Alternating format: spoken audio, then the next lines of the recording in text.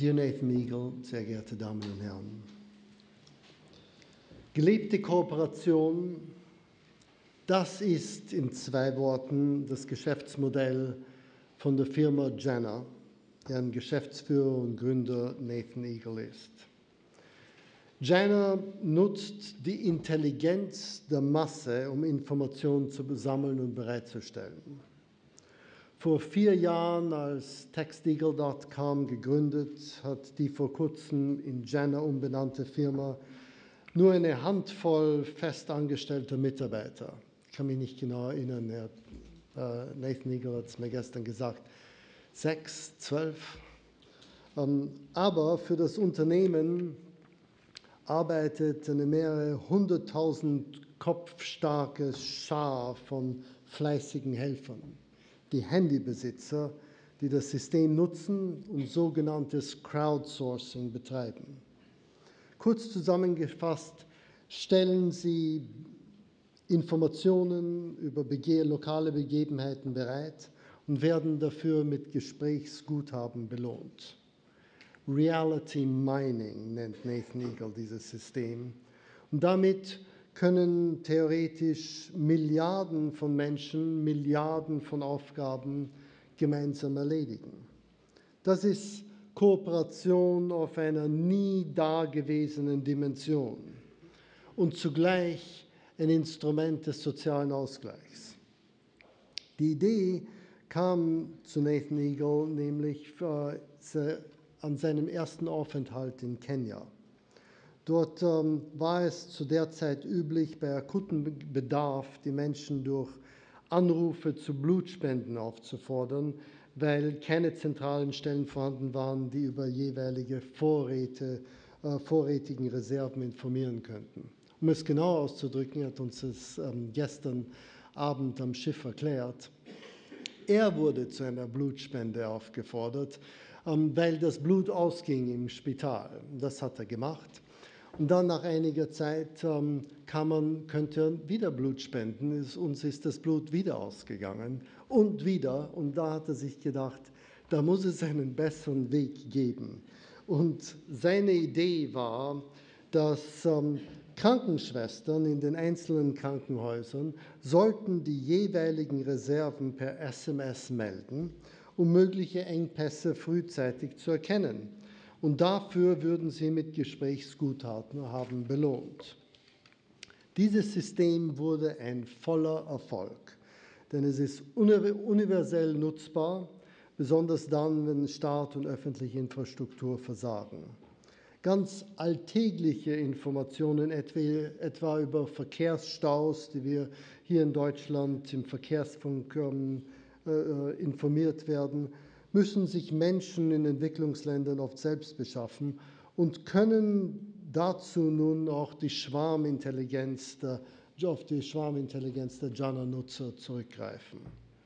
Ein permanentes, weltweites Feedback, ein wahrhaftiges, globales Netzwerk, das wird heute Wirklichkeit. Und auch kommerziell ist das Jana-System anwendbar, wie ein weiteres Beispiel in Kenia zeigt. Der Handyhersteller Nokia wollte vor kurzem die Begriffe seiner Handymenüs in 60 lokale Sprachen Kenias übersetzen.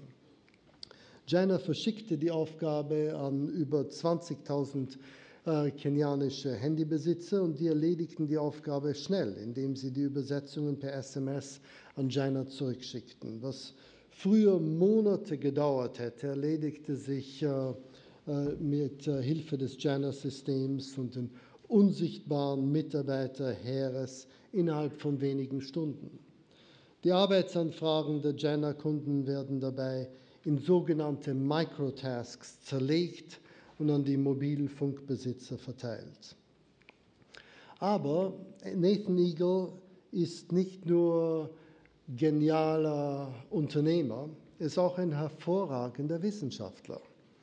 Er hat Universitätsabschlüsse in Maschinenbau, Betriebswirtschaft, Elektrotechnik von Stanford University. Seine Doktorarbeit in MIT über Reality Mining wurde von den MIT Technology Review ausgezeichnet als eine der 10 Technologien, welche aller Voraussicht nach unsere Lebensgewohnheiten ändern werden. Neben seiner Firma hat er auch noch 3 Professuren inne in Harvard, MIT und Northeastern. Und Sie werden bald sehen, er ist nicht einmal so alt. Seine unternehmerische Tätigkeit hindert Nathan Eagle nicht daran, in beachtlicher Schlagzahl wissenschaftlich zu publizieren. Seine Forschungsarbeiten sind in Science, Nature, PNAS erschienen. Das ist das höchste der Gefühle für diejenigen, die es nicht wissen. Sie wurden vorgestellt und kommentiert in renommierten Medien wie die New York Times, Wall Street Journal, Business Week und CNN. Dear Nathan, make money, do good. That's the slogan of JANA, one of its goals that you have started realizing in a very forceful way. You've heard the President of Germany, President Ahtisaari, mention how important freedom is for the unfolding of the human spirit. And you have mentioned yesterday evening that empowerment in the poor countries of the world is what you're after. So with courage and passion for innovation, you've put what we've called a ridiculously ambitious idea into practice. You're a visionary on the future of globalization, an entrepreneur with conscience, an academic who transcends disciplinary boundaries in the service of the global community. And thereby, you're a role model to us all, at the Kiel Institute, and to everyone who seeks to spread the gains of globalization and technological advance. And so, once again, it's an exceptional honor. I'm delighted to confer on you the Global Economy Prize in the field of business.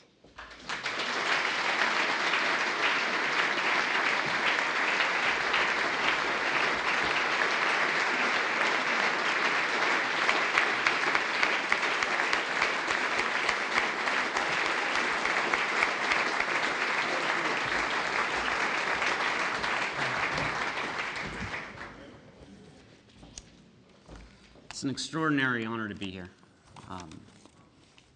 Thank you, Mr. President, Professor Snower, and your colleagues at the Kiel Institute. It's both wonderful and a bit awe-inspiring to be sharing the stage with such extraordinary individuals. Despite what's going on in Europe right now, we are truly in a period of unprecedented global growth.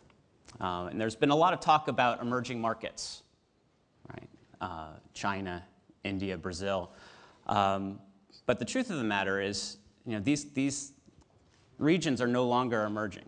They're a better, properly termed growth markets. And as we were talking about last night, while today the global GDP is at something like $70 trillion, in 2050, in less than 40 years, it's projected to be at $380 trillion.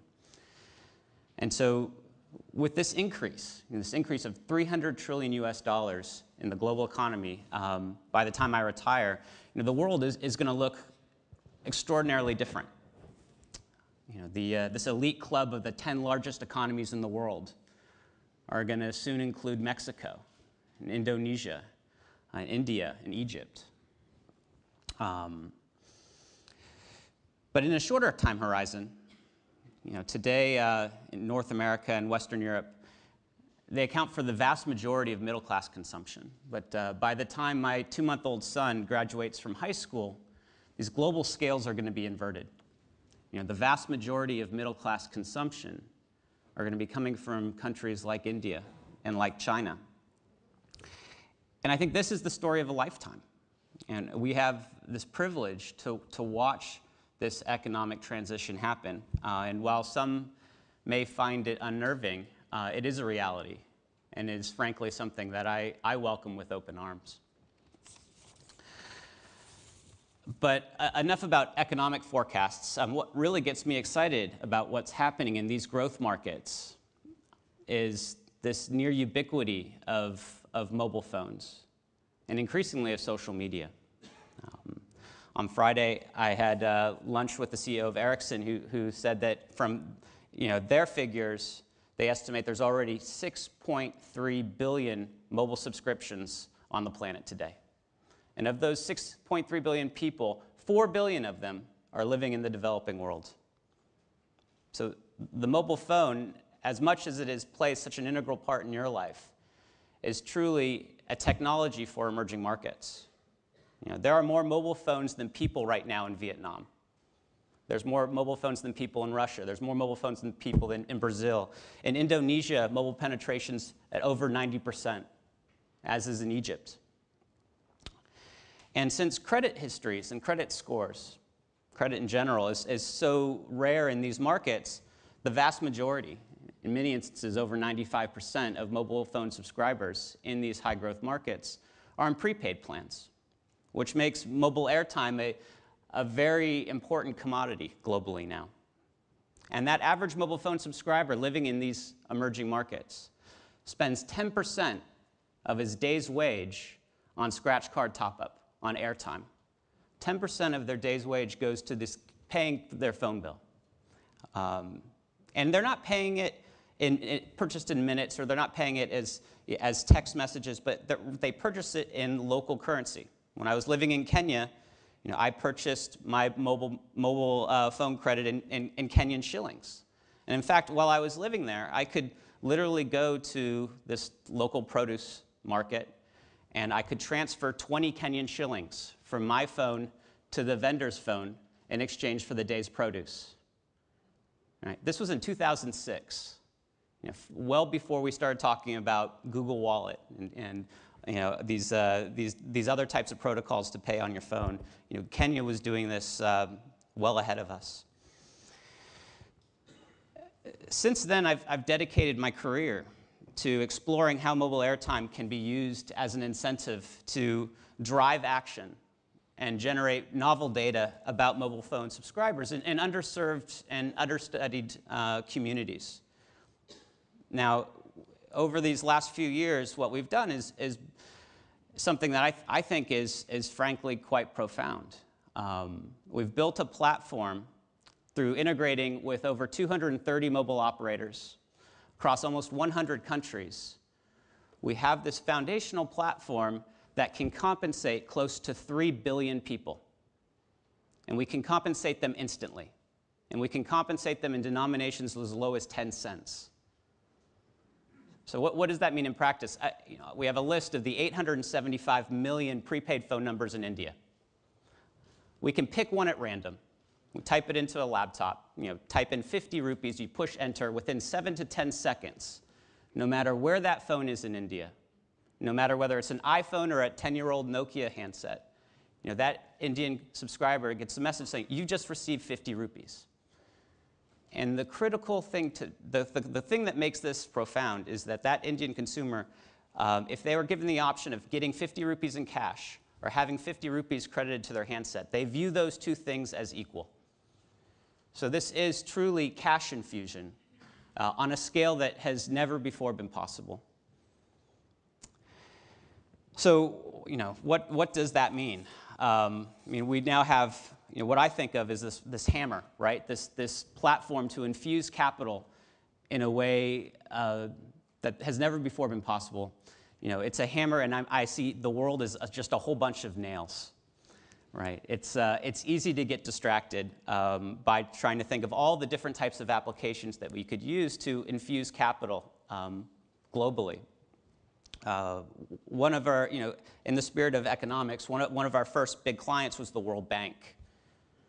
The World Bank spends $77 million every 4 years to calculate purchasing power parity, PPP. The way they calculate it is they hire tens of thousands of professional price collectors to fly out to 150 countries, go out into the field and try to figure out what is the price of a kilo of rice, in that local market. They spent $77 million doing this, right? Now the World Bank is using our platform.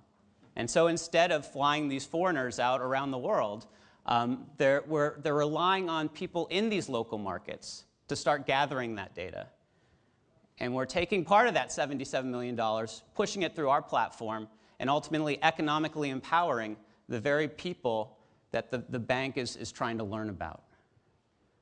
You know, these types of examples, thankfully, are quite widespread. I mean, Procter & Gamble, before they started working with us, they were literally flying people to Manila, you know, renting Land Rovers, driving out into the field, and conducting face-to-face interviews of rural Filipino women, asking them, what do you think about laundry detergent? All right.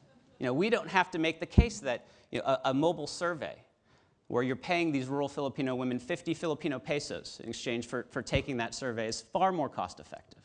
You can reach far more consumers and ultimately get far greater insight about these next billion emerging market consumers, while at the same time providing them economic empowerment. You know, perhaps a bit those 50 Filipino pesos may go towards buying their next box of laundry detergent.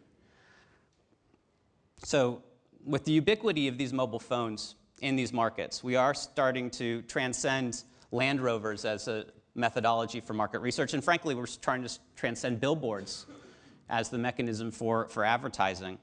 And you know, ultimately, you know, this is enabling these next billion consumers to have a voice that's equal to these middle-class consumers in perhaps the non-high growth markets.